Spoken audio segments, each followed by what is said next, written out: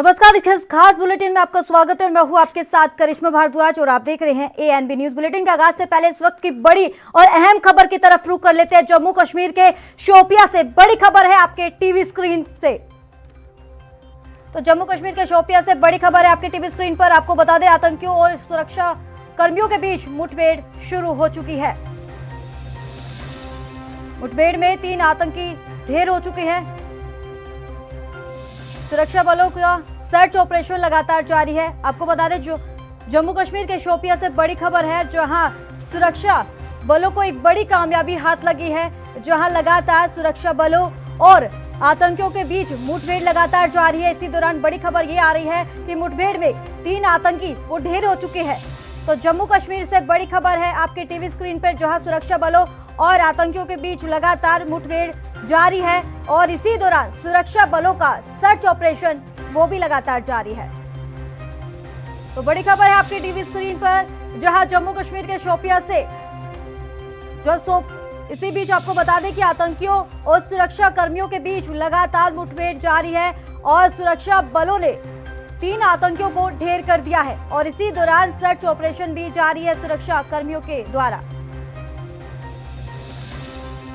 तो जम्मू कश्मीर के शोपियां से बड़ी खबर आपकी टीवी स्क्रीन पर, जहां सुरक्षा कर्मियों और आतंकियों के बीच लगातार मुठभेड़ जारी है और सुरक्षा कर्मियों ने 3 आतंकियों को ढेर कर दिया है और इसी दौरान लगातार सुरक्षा कर्मियों की तरफ से सर्च ऑपरेशन भी जारी है। बताया जा रहा है कि सुरक्षा कर्मियों के द्वारा ये बताया जा रहा है कि आतंकियों के छुपे होने की आशंका अभी और भी है। इसी दौरान लगातार सर्च ऑपरेशन लगातार जारी है। तो इस पर तमाम जानकारी देने के लिए जम्मू कश्मीर से हमारे संवाददाता नरेंद्र श्रीवास्तव जुड़ गए हैं फोन लाइन पे। रविंद्र, जिस तरीके से बताया जा रहा है कि जम्मू कश्मीर में आतंकियों और सुरक्षा कर्मियों के बीच लगातार मुठभेड़ जारी है, फिलहाल अब क्या अपडेट है? जी देखिए, अभी तक जो है 3 आतंकी जो है मारे जा चुके हैं, जिसकी जानकारी जम्मू कश्मीर पुलिस द्वारा दी गई है। आज सुबह ही 3 से 4 आतंकियों के होने की सूचना मिली थी शोपियां के इलाके में और तब सर्च ऑपरेशन चलाया गया और आतंकियों की तरफ से जब फायरिंग की गई तो उसकी जवाबी कार्रवाई में पहले ही 2 आतंकी जो है वो मारे जा चुके हैं और अभी अभी एक और आतंकी जो है मारे जाने की सूचना जो है जम्मू कश्मीर पुलिस ने दी है और अभी भी सर्च ऑपरेशन जो है चलाया जा रहा है। जी रविंद्र, क्या जानकारी अधिक मिल रही है? क्या और भी ऐसे आतंकी छुपे होने की आशंका है और आसपास में क्या माहौल देखने को मिल रहा है फिलहाल? जी देखिए, अभी इस इलाके में काफी खास करके अगर साउथ कश्मीर की बात करें तो साउथ कश्मीर में काफी ज्यादा आतंकी जो हैं मौजूद हैं और आए दिन यहीं पर एनकाउंटर जो है शोपियां के इलाके में होते हैं अलग अलग जगह पर। और ऐसी ही जानकारी मिलने पर जब सर्च ऑपरेशन आज सुबह चलाया गया तो आतंकियों की तरफ से फायरिंग की गई है और जिसकी जवाबी कार्रवाई में अभी तक सुरक्षा बलों को कामयाबी मिली है। 3 आतंकी जो है वो मारे जा चुके हैं और इलाके में अभी भी सेना, जम्मू कश्मीर पुलिस और सीआरपीएफ जो है पूरे इलाके की घेराबंदी किए हुए है और लगातार जो है सर्च ऑपरेशन चलाया जा रहा है ताकि अगर और आतंकी हो तो उनको भी न्यूट्रलाइज जो है वो किया जा सके। जिस तरह से केंद्र सरकार ने कहा था कि कश्मीर घाटी से आतंकवाद का सफाया किया जाएगा और उसके बाद वहां पर अमन शांति लाने की प्रक्रिया जो है वो तेज की जाएगी और इसी के चलते लगातार आतंकियों को पकड़ा जा रहा है और मारा भी जा रहा है। जी तो रविंद्र, अब क्या जानकारी मिल रही है? अब जिस तरीके से सुरक्षा बलों को बड़ी कामयाबी हाथ लगी है और कितने समय से मुठभेड़ लगे जारी है? जी देखिए, आज करीब सुबह 3 बजे करीब सुरक्षा बलों को जानकारी मिली थी कि शोपियां के इलाके में कुछ आतंकी जो हैं छुपे हुए हैं, जिसके बाद सर्च ऑपरेशन चलाया गया और आज सुबह करीब 6 बजे तक जो है 2 आतंकियों को मारने में कामयाबी जो है सुरक्षा बलों को मिली थी और अभी करीब 10 मिनट पहले ही एक आतंकी जो है और मारा गया है, जिसकी जानकारी खुद जम्मू कश्मीर पुलिस ने दी है। बहुत बहुत शुक्रिया रविंद्र श्रीवास्तव तमाम जानकारी देने के लिए। तो बड़ी खबर है आपकी टीवी स्क्रीन पर, जम्मू कश्मीर के शोपियां से है। पिछले 24 घंटे में कोरोना के 43,840 नए केस मिले हैं, जबकि 147 लोगों की कोरोना से चलते मौत हो चुकी है। और वहीं अकेले महाराष्ट्र में ही एक दिन में 30,535 नए केस सामने आए हैं, जबकि 99 लोगों की जान भी चली गई है। कोरोना के बढ़ते मामलों के बीच नागपुर में 31 मार्च तक लॉकडाउन लगाया गया है। बता दें आपको ये कि महाराष्ट्र में रविवार को 30,535 नए कोरोना केस सामने आए थे, जबकि 99 लोगों की कोरोना के चलते मौत हो चुकी है। राज्य में 9,69,867 लोग होम क्वारंटाइन बताए जा रहे हैं और 9,601 कोरोना सेंटर में भर्ती हैं। महाराष्ट्र में कुल 2,10,120 एक्टिव केस है और आज 11,314 मरीज डिस्चार्ज होकर अपने घर भी वापस जा चुके हैं। राज्य में रिकवरी रेट 89.32% है। और इस बीच कर्नाटक के स्वास्थ्य मंत्री ने कहा है कि कोरोना वायरस की दूसरी लहर की शुरुआत राज्य में हो गई है। और बता दें आपको ये कि कर्नाटक में पिछले 24 घंटे में 1,715 केस सामने आए हैं, जो 2 लोगों की मौत भी हो चुकी है। और यहाँ कुल 9,70,202 केस है और अब तक 12,434 लोगों की जान कोरोना के चलते हो चुकी है। राज्य में 13,493 एक्टिव केस है और कोरोना के बढ़ते मामलों को देखते हुए राजस्थान सरकार ने दिशा निर्देश जारी किए हैं, जिसके तहत 25 मार्च से राजस्थान में बाहर से आने वाले सभी यात्रियों के लिए 72 घंटे के भीतर RT-PCR नेगेटिव रिपोर्ट दिखाना अनिवार्य किया गया है। प्राथमिक स्कूल आगामी आदेश तक बंद रहेंगे। तो वहीं 22 मार्च से रात 10 बजे के बाद ही राज्य के सभी नगर निकाय क्षेत्र में बाजार बंद रहेंगे। अजमेर, भीलवाड़ा, जयपुर, जोधपुर, कोटा, उदयपुर, सागवाड़ा और कुशलगढ़ में रात 11 से 5 बजे तक नाइट कर्फ्यू रहेगा। और उधर मध्य प्रदेश की अगर बात करें तो मध्य प्रदेश में कोरोना संक्रमण गंभीर संकट पैदा करने की तरफ बढ़ रहा है और इसके रोकथाम के लिए जरूरी है कि हमें संभल कर रहना है, मास्क लगा के रहना है, सुरक्षित शारीरिक दूरी बनाकर रहना है। और इसके लिए सरकार 23 मार्च को संकल्प अभियान की शुरुआत करेगी। सुबह 11 बजे प्रदेश के सभी शहरों में सायरन बजेगा और जो जहां है वहां रुककर संकल्प लेगा कि वह खुद मास्क का इस्तेमाल करेगा और शारीरिक दूरी का पालन भी करेगा। शाम 7 बजे फिर सायरन बजाकर संकल्प दोहराया जाएगा। दुकानों के बाहर ग्राहकों के खड़े होने के लिए गोले बनाए जाएंगे। मुख्यमंत्री शिवराज सिंह चौहान ने कहा कि वह स्वयं गोले बनाएंगे और हरियाणा के सीएम मनोहर लाल का इसी दौरान कहना है कि अभी वह कोविड के बढ़ते मामलों के कारणों का अध्ययन कर रहे हैं। 31 मार्च तक के लिए अध्ययन के बाद ही हरियाणा सरकार कोरोना के मामलों को रोकने के लिए कोई कदम उठा सकती है। सीएम ने साथ ये भी कहा कि लोगों को जागरूक किया जाएगा कि जान है तो जहान है। बिना मास्क और शारीरिक दूरी का पालन किए कोरोना पर प्रहार नहीं किया जा सकता है।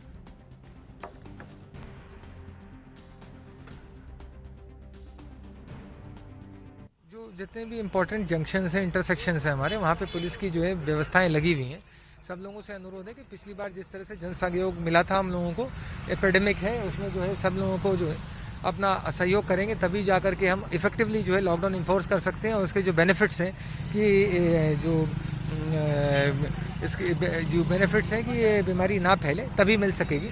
लेकिन जिन लोगों को एग्ज़ाम्स वगैरह हैं, जिनको PSC के एग्ज़ाम्स वगैरह में अपीयर होना है, उनके साथ हम कोऑपरेट कर रहे हैं, कोशिश कर रहे हैं कि आप कहीं से जो मेडिकल सर्विसेज के लिए जा रहे हैं या रेलवे स्टेशन बस स्टैंड जा रहे हैं, इनको किसी तरह की प्रॉब्लम ना आए। मेरे बालक का जो एग्ज़ाम है मॉडल हाई स्कूल का, उसके लिए और लॉकडाउन जहाँ तक लगा है ये हम आपके लिए बचाव, कोरोना से बीमारी के बचाव के लिए है। ये बच्चे का एग्ज़ाम को दिलाने के लिए आया हूँ मैं 9th का एडमिशन मॉडल हाई में प्रवेश के लिए। आज तो पूरा लॉकडाउन लगा हुआ जबलपुर में, कोई परेशानी हो रही है? चूँकि ये पहले से डिस्कस या डिसीजन रहा होगा कि आज की जो डेट मिली है तो अब उन बच्चों को तो एग्ज़ाम देना पड़ेगा ना। आप आए तो आपको कोई दिक्कत नहीं? मुझे तो कोई दिक्कत नहीं हुई, आसानी से। राजकुमार पटेल। नहीं, अभी तो कोई परेशानी नहीं है। 10 बजे तक का समय दिया गया है। उसके अंतरकाल में जो भी आपको सुविधा लगे वो प्रोवाइड हो जाएगी। जिसका ग्राहक आ रहे हैं दुकान पर? हाँ, दुकान आ रहे हैं, जो बंदी वाले हैं वो लोग आ रहे हैं। किसी तरह की कोई समस्या आने की? नहीं। आप भी आए होंगे तो किसी तरह की कोई रोक टोक? नहीं, अभी तो कुछ भी नहीं। किस तरह से देखते हैं लॉकडाउन लगना चाहिए जिस तरह से इंदौर में केसेस बढ़ रहे हैं? लॉकडाउन तो बढ़ भी सकता है क्योंकि केसेस बढ़ रहे हैं। तो लगना चाहिए आगे भी इस तरह के लॉकडाउन। लॉकडाउन से व्यापार का नुकसान तो है, पर अब जनता की भलाई भी देखना अब क्या है। सर ज़रूरत की चीज़ें तो मिल पा रही है, बस अभी जैसे दूध की डेयरी चालू हो तो दूध तो मिल पाएगा, बाकी किराना और जो स्टूडेंट है थोड़ी सी तकलीफें आएगी उनको, क्योंकि उनके पास सामान इतना रहता नहीं है, तो स्टूडेंट के लिए थोड़ी सी तकलीफ है बस, जो बाहर के हैं, बाकी तो सभी चीज़ें मिल पा रही है। अभी आने जाने में कोई परेशानी? आने जाने में सर अभी कोई परेशानी नहीं है। वो तो ठीक से दिख रही है, तैयारी तो है, जैसे होनी चाहिए वैसे तो है, कुछ कम नहीं है, ऐसा लगता है देख के। डर लग रहा है कि केसेस बढ़ रहे हैं। हाँ डर तो है, केसेस तो बढ़ रहे हैं, थोड़ा डर तो है उस बात का। बीच में जो एग्जाम पोस्टपोन किए थे गवर्नमेंट ने, उसके बाद प्रोटेस्ट हुआ, फिर से एग्जाम हुआ, तो कहीं ना कहीं डिस्टर्ब होता है। हाँ सर, डिस्टर्ब तो बहुत होता है उसका। एक बार डेट फिक्स करने के बाद वो पोस्टपोन नहीं होनी चाहिए, तो उस हिसाब से हम अपना स्टडी का पूरा मटेरियल अवेलेबल है वो सेट करके रखते हैं। हाँ ये इन दिनों में करना है, ये उन दिनों में करना है, तो पूरा अपना जो स्ट्रक्चर बना हुआ है वो पूरा बिगड़ जाता है। अभी तैयार हो, अभी नया डेट आया उसके बाद फिर से तैयारी करके अभी आज एग्जाम हो रहा है फाइनली, तो तैयार हो, पूरा तैयार लग रहा है। हाँ है तो सही।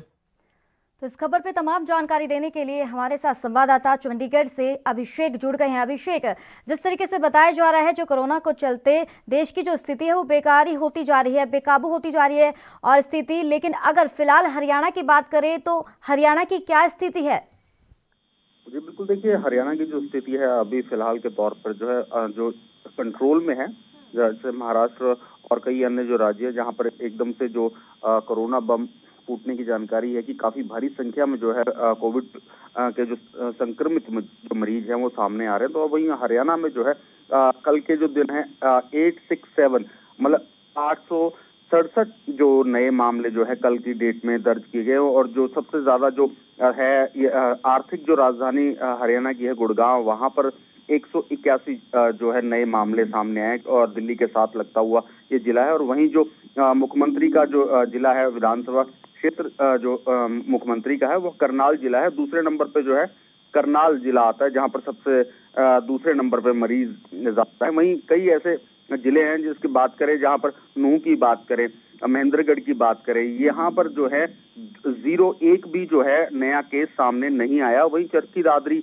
और जो भिवानी ऐसे जिले हैं जहाँ पर 2-2 के करीब जो है पेशेंट जो है सामने आए। वहीं पलवल में केवल एक ही कोरोना संक्रमित जो है सामने आया। जो रिकवरी जो रेट की हरियाणा में है वो 96.98% है। और वहीं जो अब बात करें कोविड पॉजिटिव रेट की, जो वो है 4.64%, और जो अपनी फैकल्टी जो है 1.11% जो है हरियाणा के। तो अभी जो कोरोना की बात करें तो हरियाणा में उस तरह नहीं है कि जो स्थिति ये कहा जा सके कि एकदम से बहुत ज्यादा मरीज सामने आने लगे हैं या भयानक स्थिति जो है हरियाणा में रूप ले रही है, इस तरह की नहीं। अभी स्वास्थ्य विभाग कहें हरियाणा सरकार की तौर से अभी जिस तरह के अपील की जा रही है तो कहीं ना कहीं वो अपील जो है काम करती दिख रही है। जी, लेकिन अभिषेक, कहा जा सकता है कि जो बाकी राज्यों की अगर बात करें, जो कोरोना के बढ़ते मामलों में एकदम फिर से आंकड़े डराने लगे हैं, हरियाणा में उस स्थिति अभी देखने को नहीं मिली है। अगर फिलहाल जिस तरीके से बताया जा रहा है कि हरियाणा सरकार ने बड़ा फैसला लिया है, बड़ा संकेत भी दिया है कि हम कोरोना के बढ़ते मामलों को लेकर अध्ययन कर रहे हैं और 31 मार्च के बाद ही कुछ बड़ा फैसला ले सकेंगे। जी बिल्कुल, देखिए अभी अध्ययन हो रहा है। जिस तरह जिक्र किया कि जो आंकड़े जो सामने हैं कि किस तरह संक्रमित मरीज जो है सामने आ रहे हैं जिलो वाइज, उसके हिसाब से अध्ययन हो रहा है। और वहीं जो मुख्यमंत्री और जो गृह मंत्री और वही स्वास्थ्य मंत्री का भी उनके पास जो जिम्मा है अनिल विज, उनके द्वारा अभी वीडियो कॉन्फ्रेंसिंग के जरिए जो है तमाम जिलों के अधिकारियों के साथ और अपने विभाग से जुड़े अधिकारियों के साथ वीडियो कॉन्फ्रेंसिंग के जरिए बातचीत हुई थी। उस दौरान उन्होंने साफ तौर पे हिदायत दी है कि सोशल डिस्टेंसिंग और मास्क का जो है जिला प्रशासन उपयोग कराए और ग्रामीण इलाकों में जो है संक्रमण ना फैले, इसके पूरे जो है प्रबंध किए जाएं। और वो अगर कोई अब ये अपील को नहीं मानता या फिर जो गाइडलाइंस है उनका पालन नहीं करता, उन पे जो है सख्ती से जो है प्रशासन पेश आए, ताकि किसी भी तरह की कोताही जो है इसमें जनता ना बरते और ताकि हरियाणा में जो है कोरोना जो है वो उस रफ्तार पे ना पहुंचे जो कि अन्य राज्यों से जिस तरह की आंकड़े या खबरें आ रही है। जी, तो अभिषेक, अगर सर वैक्सीनेशन के बारे में अगर जानकारी लेना चाहे तो वहाँ के क्या प्रबंध है वैक्सीन को लेकर? जी, वैक्सीनेशन का जो है हरियाणा में काम चल रहा है। सोमवार और मंगलवार इस तरह का जो दिन जो निर्धारित किए गए, जो कि भारी संख्या में इस दिन जो है वैक्सीनेशन का जो कार्य जारी रहेगा, ये निर्धारित किया हुआ है सोमवार और मंगलवार का जो दिन। इसमें जो है कि काफी संख्या में जो वैक्सीनेशन का जो कार्य है वो हरियाणा में जो है उसको अमल में लाया जाएगा। और वैक्सीनेशन का जो है जो अभी पीछे आंकड़े भी पेश किए गए थे कि भारी संख्या में जो वैक्सीनेशन का जो हरियाणा का स्वास्थ्य विभाग है वो उसको अंजाम दे रहा है, और लोग भी जो है वैक्सीनेशन जो है बढ़ चढ़कर आगे बढ़ते हुए वैक्सीनेशन जो है वो ले। चलिए, बहुत बहुत शुक्रिया अभिषेक तमाम जानकारी देने के लिए। तो इसी खबर पे हमारे एक और संवाददाता मुंबई से मुरारी सिंह जुड़ गए हैं। मुरारी सिंह, अगर बात करें महाराष्ट्र की तो महाराष्ट्र में जो हालात है वो बिल्कुल बेकाबू होते हुए नजर आ रहे हैं। फिलहाल अगर अपडेट लेना चाहे तो क्या है वहाँ पर? करिश्मा, बता दें कि देश की आर्थिक राजधानी मुंबई जो है पूरी तरह से कोरोना की आगोश में समा गई है। 3,775 मामले 24 घंटे में 10 लोगों की मौत हुई है। अगर महाराष्ट्र की बात करें तो 30,000 से ज्यादा कोरोना पॉजिटिव केस पाए गए हैं और 24 घंटे में 90 लोगों की मौत हुई है। अंदाजा लगाया जा सकता है कि किस स्थिति में इस समय मुंबई और महाराष्ट्र किस तरीके से जा रहा है। आपको बताएं कि लगातार वैक्सीनेशन का काम चल रहा है, बावजूद उसके जो आंकड़े आ रहे हैं वो महाराष्ट्र सरकार के लिए किसी सरदर्द से कम नहीं है। जिस तरीके से स्थिति बन रही है, आने वाला समय काफी स्थिति और खराब हो सकती है। जी तो मुरारी सिंह, अगर नागपुर की बात करें, जब से नागपुर में जो हालात खराब होते जा रहे हैं, जिसके बाद वहां की सरकार अलर्ट हो चुकी है और लॉकडाउन लगा दिया है, तो लेकिन इसी के चलते अब ये भी बताया जा रहा है कि लॉकडाउन के चलते के साथ ही अब ये जो वहां के मजदूर है काम करने वाले, वो अपने घर की तरफ रुख कर रहे हैं कि मजदूरों का सिलसिला अब शुरू हो चुका है। दूसरे राज्यों की तरफ वो जाना शुरू कर दिए, क्योंकि रोज कमाना, रोज खाने वाले जो मजदूर थे उनके लिए ये लॉकडाउन जो नागपुर में लगा है वो किसी आफत से कम नहीं है। साथ ही जो व्यापारी हैं, जो भाजी मार्केट के व्यापारी हैं, किसान हैं, उनमें भी काफी समस्याएं आ गई है। फसल तैयार है लेकिन लॉकडाउन की वजह से वो जा नहीं पा रहे, मजदूर नहीं मिल पा रहे, कटाई नहीं हो पा रही है, सब्जी मार्केट तक नहीं पहुंच पा रही। तो ऐसी तमाम जो समस्याएं हैं वो नागपुर वासियों को इस समय फेस करना पड़ रहा है। अगर मुंबई और ठाणे, न्यू मुंबई, पनवेल की बात करें तो हालात नागपुर के जैसे न बने, उसके लिए यहाँ पर सरकार को भी और आम जनता को भी जो है कि समझना होगा और उन तमाम नियमों को फॉलो करना होगा। जी मुरारी सिंह, क्या लगता है कि जो नागपुर में लॉकडाउन के बाद जो श्रमिक है, जो काम करने वाले मजदूर है, वो घर की तरफ रुख कर रहे हैं और वैसी स्थिति देखने को मिली है, पलायन जिस तरीके से पहले जो स्थिति देखने को मिली थी, अब फिलहाल अगर सरकार की बात करें तो इनके लिए क्या व्यवस्था की गई है जो आराम से घर जा सके? देखिए करिश्मा, आधिकारिक तौर पर नागपुर म्युनिसिपल कॉर्पोरेटर की तरफ से जो लोग हैं उनके खाने पीने के लिए, जो रोड पर रहने वाले लोग हैं, जो रोजमर्रा जिंदगी जीने वाले हैं, ऐसे लोगों के लिए सरकार खाने पीने की व्यवस्था वहां पर कर रही है। लेकिन जो लोग अपने गांव जाना चाहते हैं वो अपने गांव जा रहे हैं, क्योंकि उस तरीके की स्थिति नहीं है। करिश्मा, आपको बताएं कि नागपुर सिटी को पूरी तरह से ब्लॉक किया गया है, तो उसके आगे अगर उन्हें जाना है या राजस्थान जाना चाहते हो, यूपी, बिहार, झारखंड, मध्य प्रदेश, तमिलनाडु, केरला, कर्नाटक, तो उन राज्यों में जाने के लिए जो ट्रेन सेवाएं हैं, बस सेवाएं हैं, वो अभी चल रही है। और यही वजह है कि उस तरीके के हालात नहीं बन पाए हैं जैसे बने थे। समय रहते, अभी भी कह रहे हैं कि समय रहते अगर लोग जागरूक नहीं हुए तो हालात बिगड़ सकते हैं। 30,000 का आंकड़ा जो है कि पार हुआ है और ये आंकड़ा अब तक का सबसे बड़ा आंकड़ा माना जा रहा है। जी चलिए, बहुत बहुत शुक्रिया मुरारी सिंह तमाम जानकारी देने के लिए। तो इस खबर पे हमारे एक और संवाददाता मध्य प्रदेश से गणेश तिवारी जुड़ गए हैं। गणेश तिवारी, अब जिस तरीके से बताया जा रहा है कि मध्य प्रदेश के 3 जिलों में लॉकडाउन लगा दिया था, और वहीं अगर रविवार की अगर बात करें तो रविवार को किस तरीके से लोग जागरूक हुए, लॉकडाउन को लेकर पालन किया, या फिर भी वैसे हालात देखने को मिल रहे हैं?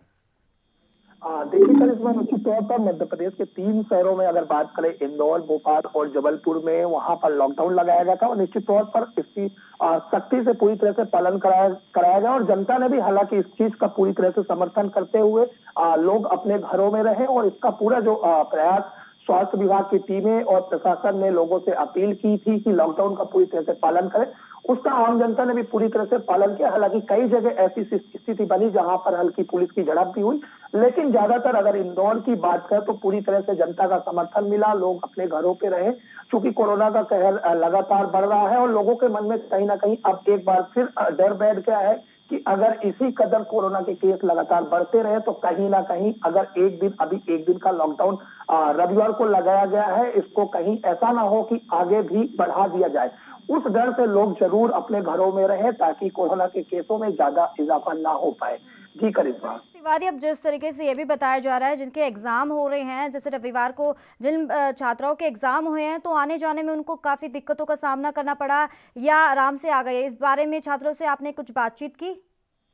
निश्चित तौर पर करिश्मा, हमारी ऐसे कई छात्रों से बात हुई जो पीजी और अन्य एग्जाम के लिए कल रविवार को दूर दराज के जिलों से या शहरों से आए थे। हालांकि कई लोगों को बहुत दिक्कतों का सामना करना पड़ा, चूंकि कई लोग अन्य जिलों से आए थे और मध्य प्रदेश के अन्य जिलों की बात करें या फिर अन्य राज्यों में तो कई हिस्सों में लॉकडाउन रविवार को नहीं था, तो उन्हें इस बारे में किसी तरह की कोई जानकारी नहीं थी। और जो अपने उस गंतव्य स्थान से यहाँ इंदौर आए तब उन्हें पता चला कि लॉकडाउन है। हालांकि प्रशासन ने कुछ ऐसी व्यवस्थाएं जरूर कर रखी थी, जो बच्चे एग्जाम देने के लिए आ रहे थे उनके लिए जो सिटी बस है वो सुचारू रूप से चालू थी, लेकिन कई एक सिटी बस का स्थान दूर होने की वजह से कई लोगों को वहां तक पैदल जाना पड़ा या फिर कई लोगों को जानकारियां नहीं थी, तो उन्हें सिटी बस तक पहुंचने में काफी दिक्कतों का सामना करना पड़ा, जिसकी वजह से वो पैदल ही काफी दूर तक चलते नजर आए। तो कहीं ना कहीं परेशानी, हालांकि जो लोग बाहर से आए थे या एग्जाम देने आए थे उन्हें ट्रांसपोर्ट की दिक्कतों का काफी सामना करना पड़ा। जी करिश्मा। तो गणेश तिवारी, अब मुख्यमंत्री शिवराज सिंह ने एक बड़ा फैसला लिया है कोरोना के बढ़ते मामलों को लेकर। उनको एक अपील की है कि 23 मार्च को 2 बार एक सायरन बजेगा जिसमें खुद लोगों को संकल्प लेना पड़ेगा और वहां पर आसपास ही वहां घेरे बनाकर और ये संकल्प लेना पड़ेगा कि खुद को ही मास्क लगाना है, खुद को सुरक्षित रखना है, दूसरों को भी सुरक्षित रखना है, सोशल डिस्टेंसिंग का पालन भी करना है। निश्चित तौर पर मुख्यमंत्री शिवराज सिंह चौहान ने 23 मार्च को यह एक अपने बयान में कहा है कि उन्होंने जो लोगों को जिस कदर कोरोना का केस बढ़ रहे हैं लगातार, उसको देखते हुए 23 मार्च को मध्य प्रदेश के सभी शहरों में 2 बार सायरन बजाने का निर्णय लिया गया है। और इस पर जोर दे तो अपन बात करें तो करिश्मा, इसका मुख्य मकसद यह है कि लोगों को जागरूक करना है। वहां पर जाके लोगों को जागरूक करेंगे ताकि लोग मास्क पहने, सोशल डिस्टेंसिंग का ख्याल रखें और लोगों को भी, दूसरों को भी इस चीज के लिए अवेयर करें। इसी को देखते हुए मध्य प्रदेश सरकार ने निर्णय लिया है कि 23 मार्च को लोग आपस में एक सोशल डिस्टेंसिंग का ख्याल रखते हुए, सायरन बजाते हुए यह एक निर्णय लेंगे, शपथ लेंगे कि हम मास्क पहनेंगे और सोशल डिस्टेंसिंग का पूरी तरह से ख्याल रखेंगे। जी करिश्मा। गणेश तिवारी, का अस्पताल की बात करें तो वैक्सीनेशन का काम चल रहा है, अभी पूरी तरीके से नहीं हुआ है, लेकिन अगर अस्पताल के प्रबंध की अगर बात करें वैक्सीनेशन का काम को लेकर तो क्या प्रबंध किए जा रहे हैं वहां पे? हॉस्पिटल की बात करें तो वैक्सीनेशन का कार्य तेजी से चल रहा है हालांकि, और मुख्यमंत्री शिवराज सिंह चौहान ने भी प्रधानमंत्री नरेंद्र मोदी से अपील की है और उन्होंने मांग की है कि ज्यादा से ज्यादा वैक्सीनेशन अवेलेबल किया जाए। और अगर इंदौर की बात करें तो इंदौर में अब हर वार्ड और पार्षद और सरपंचों से संपर्क करके उनके क्षेत्रों में वैक्सीनेशन कार्य लगाने का कार्य तेजी से चल रहा है ताकि लोगों को ज्यादा से ज्यादा वैक्सीन लगाई जा सके और कोरोना का जो कोरोना वैक्सीन का पहला और दूसरा डोज है वो ताकि सबको जल्द से जल्द लग सके, जिससे कोरोना में कहीं ना कहीं केसेस में जो है घटोत्ती आ सके। जी करिश्मा। गणेश, अब जहां पर मध्य प्रदेश के जो लगातार जो कोरोना की रफ्तार में ब्रेक लगता हुआ नजर नहीं आ रहा और जहां पर लोग भीड़ जुटा रहे हैं, क्या वहां पर पुलिस प्रशासन के इंतजाम है? निश्चित तौर पर अब पुलिस प्रशासन और नगर निगम की टीम और स्वास्थ्य विभाग तीनों ही अमला पूरी तरह से एक्टिव नजर आ रहा है। जहां पर भी भीड़ नजर आ रही है, अब एक बार फिर, हालांकि पहले की बात करें तो प्रशासन की कार्रवाइयां जो थी पूरी तरह से बंद पड़ी थी, लेकिन अब जैसे ही कोरोना के लगातार केस बढ़े हैं और मध्य प्रदेश की बात। शुक्रिया गणेश तिवारी तमाम जानकारी देने के लिए। तो इसी खबर पे हमारे एक और संवाददाता दिल्ली से राजीव तिवारी जुड़ गए हैं। राजीव, दिल्ली में क्या हाल है अभी फिलहाल कोरोना को लेकर? देखिए, बिल्कुल बताया, जिस तरीके से लगातार जो पूरे देश के अंदर स्थिति बिगड़ रही है कोरोना को लेकर, तो कहीं ना कहीं दिल्ली के अंदर भी आंकड़े बढ़ते नजर आ रहे हैं क्योंकि दिल्ली सरकार निरंतर कोशिश करती नजर आ रही है और यहाँ तक कि दोबारा से जुर्माना भी लगाया गया है जो लोग मास्क नहीं लगा रहे हैं, क्योंकि जिस तरीके से लगातार जनता लापरवाही कर रही है, मास्क नहीं लगा रही है, सोशल डिस्टेंसिंग का पालन नहीं कर रही है, तो कहीं ना कहीं दिक्कतें जरूर आ रही है। मगर दिल्ली सरकार अब मुस्तैदी से काम करती नजर आ रही है। यहाँ तक कि अपने जो अधिकारी हैं, चाहे वो सिविल डिफेंस के जवान है या फिर दिल्ली पुलिस के जवान है, उनको ऑर्डर दे दिए गए हैं कि जो लोग मास्क नहीं लगा रहे हैं उनका 2,000 रुपए का जुर्माना किया जाए, और जो लोग सोशल डिस्टेंसिंग नहीं कर रहे हैं तो उनके लिए भी जुर्माना तय किया गया है। मगर जहाँ लगातार जिस तरीके से कोशिश की जा रही है उससे साफ जाहिर है दिल्ली सरकार दिल्ली के अंदर अभी कोरोना की स्थिति को कंट्रोल करने की कोशिश करती नजर आ रही है। जी राजीव, अब क्या लगता है कि जिस तरीके मुंबई में और नागपुर में लॉकडाउन लगा दिया है तो वहीं अब मजदूर पलायन करना शुरू कर दिए हैं, क्या अगर वहाँ की स्थिति ऐसे देखने को मिल रही है कि वहाँ पर भी मजदूर पलायन कर रहे हैं? देखिए बिल्कुल जिस तरीके से दिल्ली की बात करें तो दिल्ली के अंदर अभी ये स्थिति नहीं है, कहीं ना कहीं अभी जनता बिल्कुल काम करती नजर आ रही है। मगर हाँ ये चीज जरूर है, स्थिति बिगड़ती है, यानी कि 1000 से ज्यादा के आंकड़े पर डे के जाते हैं, यानी कि 24 घंटे के अंदर 1000 के आंकड़े आते हैं तो कहीं ना कहीं दिल्ली सरकार की बड़ी मुश्किलें खड़ी हो सकती है और कहीं ना कहीं लॉकडाउन शायद दोबारा से लगाया जा सके। मगर जिस तरीके से पूरे देश के अंदर आंकड़े बन रहे हैं तो कहीं ना साफ जाहिर है दिल्ली सरकार मुस्तैदी से काम करती नजर आ रही है और कहीं ना कहीं कोशिश भी करती नजर आ रही है। और खास तौर पर बात करें जो लोगों की जो लापरवाही है, कहीं ना कहीं जनता जिस तरीके से लापरवाही करती है उससे साफ जाहिर है कहीं ना कहीं दिल्ली के अंदर भी आंकड़े बढ़ सकते हैं और कहीं ना कहीं स्थिति बिल्कुल डरावने वाली हो सकती है। जी चलिए, बहुत बहुत शुक्रिया राजीव तिवारी तमाम जानकारी देने के लिए। तो लगातार देश में कोरोना की रफ्तार में ब्रेक लगता हुआ नजर नहीं आ रहा और इसी बीच लोगों की बड़ी ही लापरवाही देखने को मिल रही है। तो इस खास बुलेटिन में फिलहाल इतना ही, दीजिए इजाजत, नमस्कार।